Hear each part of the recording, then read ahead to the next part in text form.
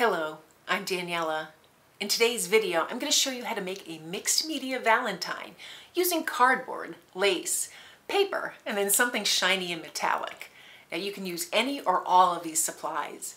And the best part of it is most of them are things you have around the house.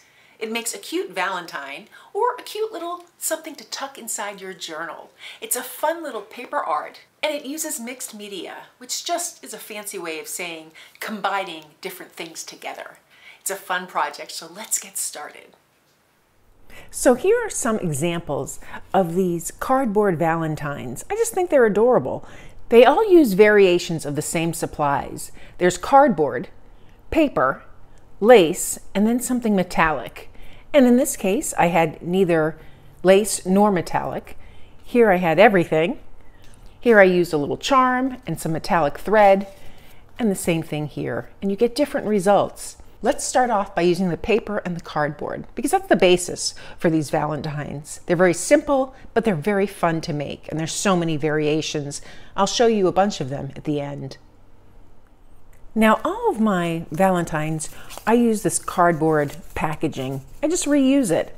And I start by cutting it out into the size I want for the piece. This makes a great book cover or a Valentine, something to put on the shelf.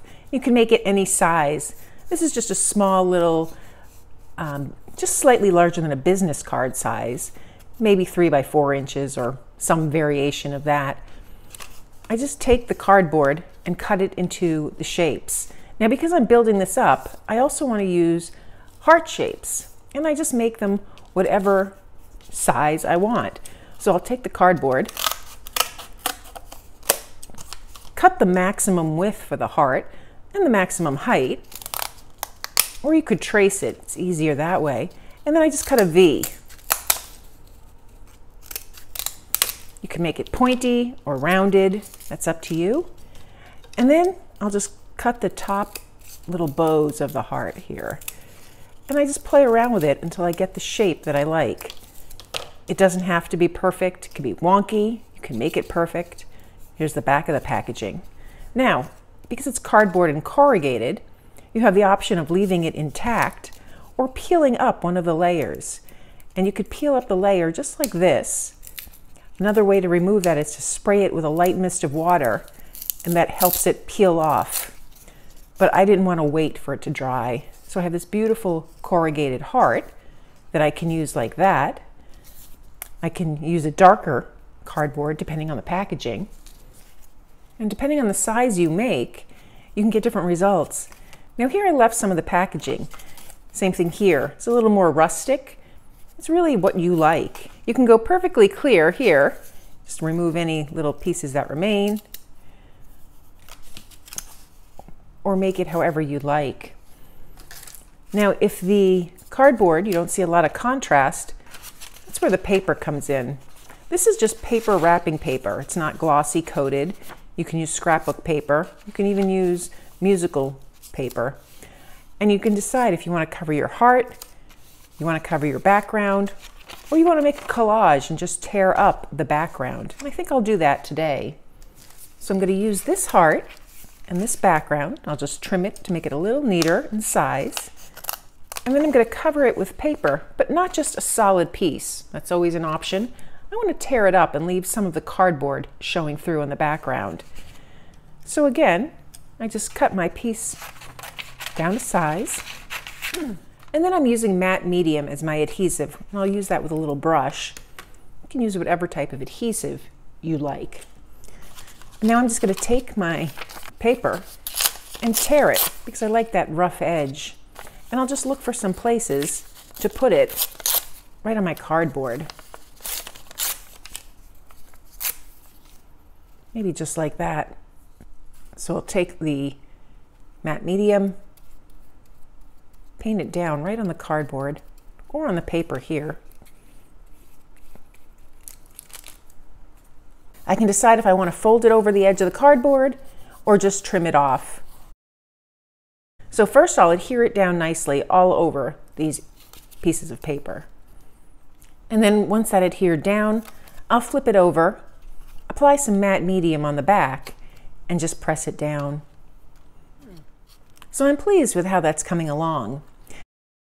because I'm going to add the heart, I want to do something to break up the background. I'm going to take just a little bit of white paint, and now with a dry brush, I'm just going to add a little bit of paint, and I'm just going to brush along the edges and just throughout the background. I don't want it to be a thick coat, just enough to add a little interest to the background to make it look less clean. You can still see the background, but it's just a slight variation. And then I'm going to take my heart, get some more paint on it, and do the same thing.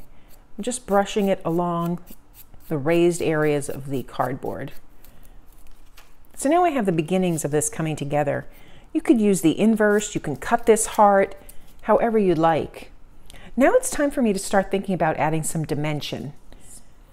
First thing I'm going to do is just take some ink. This is just some ink pad. And I just want to brush against the edge of the heart. This will give it a little more of a boundary perimeter here. And I'll do the same thing around the edge here. The next stage is for me to add some texture to the background. Since I know I want to put the heart here, and while it looks okay, I want to add some more interest. And I think I'm going to do that by adding some lace. Now my lace could wrap around the piece, or it can just have the edge showing. And I like that look. I think I might double up the lace. So I have a piece here. I can trim that down a little further. And then I'll have a piece, kind of the mirror image of it. I don't want it to look exactly alike. Maybe I'll overhang it a little bit. Again, these are just things you play with. And so now when I add the heart, I have more of a look. But still, I want something else. I want something metallic. I have wire. I can poke holes through the cardboard and weave it through. I could take this very fine thread and wrap it around the back. Or I can do that with this gold. I can also add a metallic charm to the piece, either on the heart or beside it. And then maybe wrap some of this around it. I can even weave it through the heart. So it's really just about playing with what you have and your supplies and just working with it. I think I'm going to take the gold embroidery floss here and just wrap it around the heart a few times. So to do this, I tape it on the back with just a little piece of clear tape, kind of a little cheat to hold the thread in place, and then I can wrap it as many times as I like. So I finished wrapping it, taped it in a few spots just to get that dimension, and now I can decide how I want that charm to go.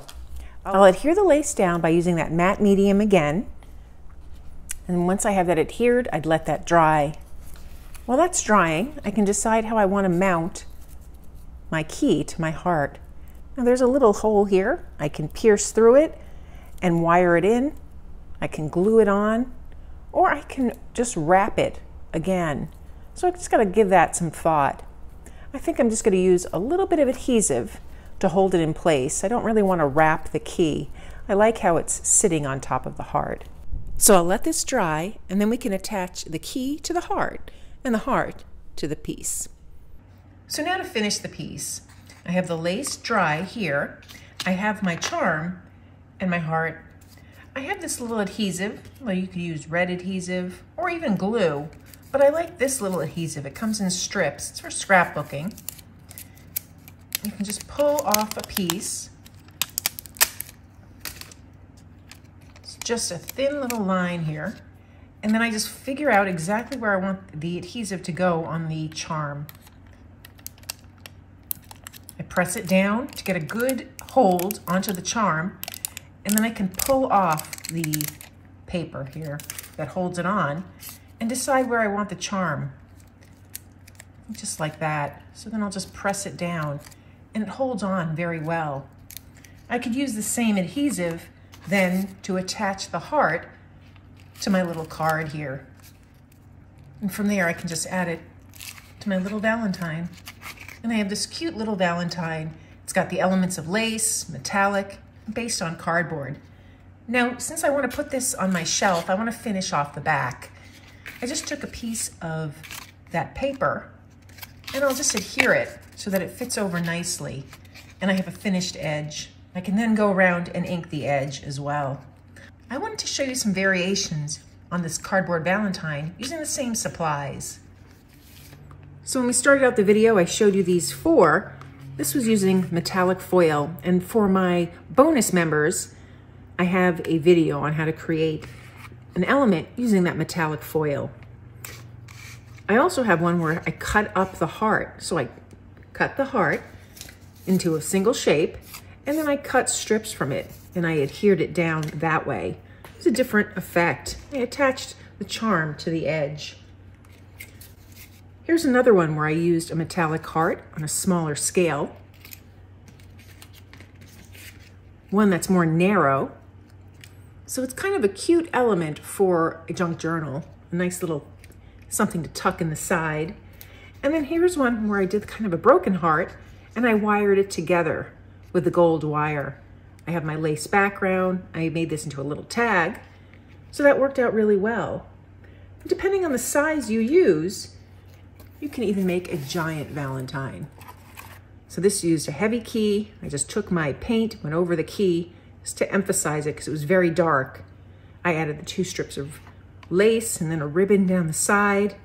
I incorporated a few other little colors, but you can see on the background here, I have the corrugated cardboard torn up, and then the lace, and then the decoupaged heart. So I was quite pleased with all the sizes and the different directions that these took.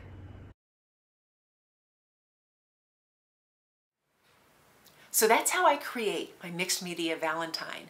I think it's adorable, it's fun to make, and you can make a batch of these. They don't have to be the same size.